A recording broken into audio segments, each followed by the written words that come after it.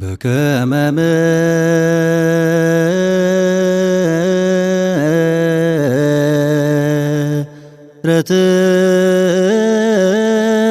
ምሕረትከ አምላክ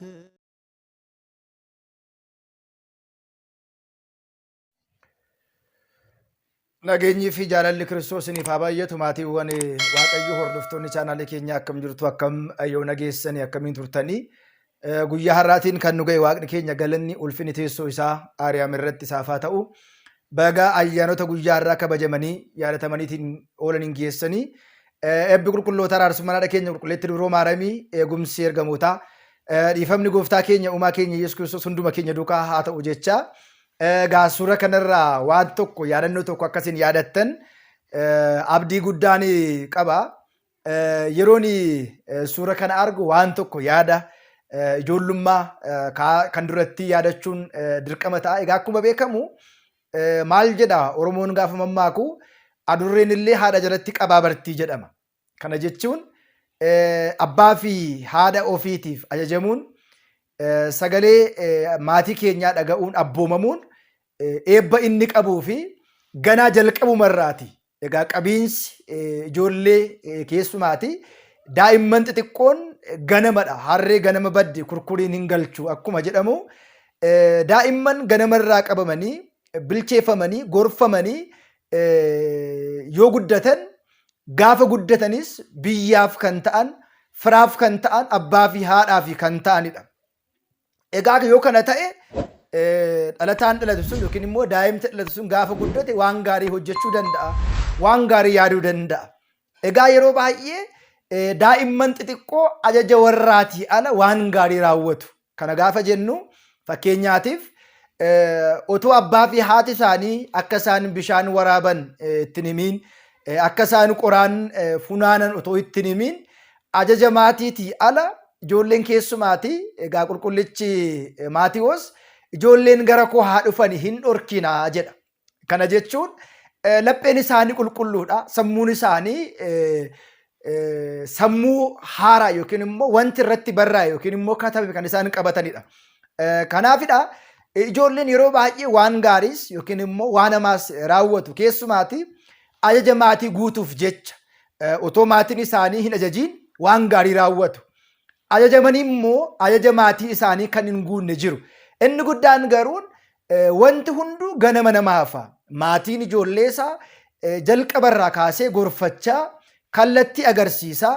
Keessumaa immoo dadhabbini namoota baay'ee maali jennee gaafa ilaallu ijoolleen gaafa dhalattu kallattii qabsiisanii foolii wangeelaa yookiin immoo foolii mana amantaa barsiisanii ajajamuu tola jechuu waan gaarii raawwachuu yoo barsiisan ijoolleen sanuma qabattee guddatti. Yeroo baay'ee ijoolleen hin dhalatu, ijoolleen aluma oolu, ijoolleen alumatti guddatu, achumaatiin gara mana barumsaatti ergamu, naamusa gaarii hin qabanii, shaakala yookiin immoo bu'uura maatii hin qabanii yeroo baay'ee gaafa ba'an amantaa isaaniitiif dantaa kan hin qabne yookiin immoo kan hin dhimmine biyya isaaniifis maatii isaaniitiifis akkas ta'u. Yeroo baay'ee namoonni baay'een jalqabaa ka'anii yeroo madhalatanii ka'anii hin qabamne ba'anii egaa akkuma beekamu barandaallee kan bulan, namallee kan abaaran, namallee kan gaddisiisan, haadha isaaniillee kan hin gammachiisne, abbaa isaaniillee kan hin gammachiisne,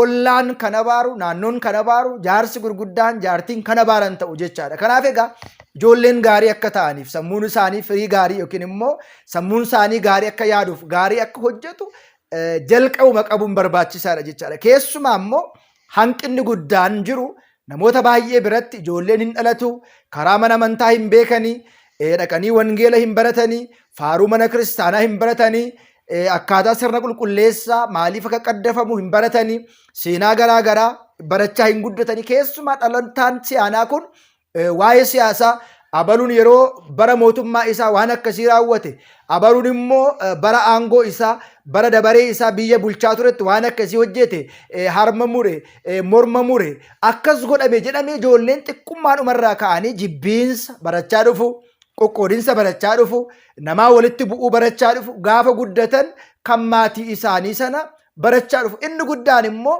daa'ima kee kaa'anii lola garaagaraa hamii garaagaraa waa'ee jibbiinsa namoota haasa'uun daa'ima irratti miidhaan ammam akka inni qabaatuu fi daa'imti kun gaafa guddatte haaloo sana yookiin immoo qimii kan jennu sana qabattee guddachuu ishiitiin biyyaafis ollaadhaafis maatiidhaafis hin turtu. Inni guddaan garuu qulqullichi Museen macaafa seera ba'uu boqonnaa 20 lakkoofsa 3 kaasnee gaafa ilaallu yaa ijoollee koo abbaa fi haadha keessaniitti ajajamaa umuriin keessan biyya lafaa irratti akka dheeratuufi jedha. Keessumaatii dhalataan si'aanaa yookiin immoo dhalataan bara kanaa umuriin isaa gabaabbataadha. Dhibee garaagaraatiin, rakkoo garaagaraatiin, waraansaatiin, lolaatiin, waan garaagaraatiin lubbuun isaa darbaa jira. Maaliif jennee gaafa ilaallu rakkoo gurguddaa lama jira. Tokko rakkoo dhagiinsa yookiin immoo barumsa dhabuu, wangeela dhabuu. Inni biraan immoo waaqa isaa amanuu fi karaa waaqa isaarra deemuu dhabuudha. Dhalataa kanaaf karaatti kufee akka cabu, umurii malee akka inni du'u, rakkoo garaagaraatiin lubbuun isaa akka darbu kan isa gochaa jiru kanneen kan kana fakkaatan waan ta'eedhaaf egaa akkuma beekamu umurii ijoollummaa keessatti bifa kamiin dabarsitan maal hojjechaa turtan keessumaa immoo akkasin guddattanii as geessaniif kaayyoo amantaa irratti maatiin keessan bu'aa isaan isinii buusan maal fakkaata? Keessumaa gara mana amantaa akka deemnu akka faarfataa dilbataa taanu ijoollee taanee immoo mana kiristaanaa deebinee barumsa mana amantaa akka barannuudhaaf manni amantaa keenya nu taasisaa, maatiin keenya nu taasisaa hin turre. Keessumaati amantoota musliimotaa gaafa ilaallu warreen ahizaabotaa jalqaba umurii xiqqoodha kaasanii yommuu isheen waggaa 3 waggaa 2 taatu quraana akka isheen qaraatu yookiin immoo akka isheen barattu taasisu. Keenya garuu kun hin jiru. Dhalataan daa'imummaa irraa qabee waa'ee wangeelaa, waa'ee mana kiristaanaa, waa'ee amantaa ortodoksii tawaahidoo hin baranne ba'ee gaafa guddatu gara mana amantaa deema jechuun waa'ee soomaa, waa'ee sagadaa, waa'ee kadhannaa, waa'ee wangeelaa, seenaa kitaaba qulqulluu dhalataan hin baranne ba'eetu wangeela booda barata jechuun daga guddateen booda wangeela beeka jechuun hin danda'amu. Kanaafidha adurreen illee haadha jalatti qabaa barti akkuma jedhamu harreen ganama badde kurkuriin hin galchu. Kan jedhu kanaatiif egaa daa'ima kanarraa waa xiqqoo akka barannu viidiyoon kun akka itti bohaarruu fi unoo jireenya akkamii keessa dabarsine abbaa fi haadha keenya akkamitti kabajamaa jirra akka ollaa keenyaatti akka naannoo keenyaatti namoonni fakkeenya isaan nu fudhatan maaliin hammeenyaan immoo gaarummaadhaan kan jedhu kan adda baasne madaallee bira akka geenyuudhaaf nutoo maal fakkaannasa jedhu as keessatti akka laalluudhaafani viidiyoo kana kanan waraabee egaa maatiiwwan waaqayyoo ergaawwan akkasii gorsoota garaagaraa jireenya keenya lubbuu keenyaaf fayyadu argachuudhaaf yeroo baay'ee chaanaalii kana sabiskiraayibii fi sheerii walii gootanii barnoota akkasii kan akkasiin fudhattanii fi keessumaa immoo tola jechuun eebba bara baraa akka arganuuf nu gargaara. Kanaafidha raajii Isaayyaas boqonnaa 19 gubbaa irratti tola yoo jettan yoo ajajamtan waa keessaniifis maatii keessaniifis abboolii isinii olii ta'eefis warra isinii gad ta'eefis tola jettanii yoo ajajamtan eebba biyya lafaa nyaattu. Yoo diddan yoo ajajamuu baattan garuu seefiin waaqayyoo isin nyaata jedha. Waaqayyoon ajajamnee tole jennee sagalee isaa dhaggeeffannee abboommii isaa eegnee firii 30 60 100 akka buufannu nu haa gargaaru. Kan nu barsiise, kan nu gorse, kan nutti dheekkame waaqa abboolii keenyaaf galanni haa ta'u nu haa turu. Viidiyoo biraatiin amma wal agarrutti nagaatiin tura.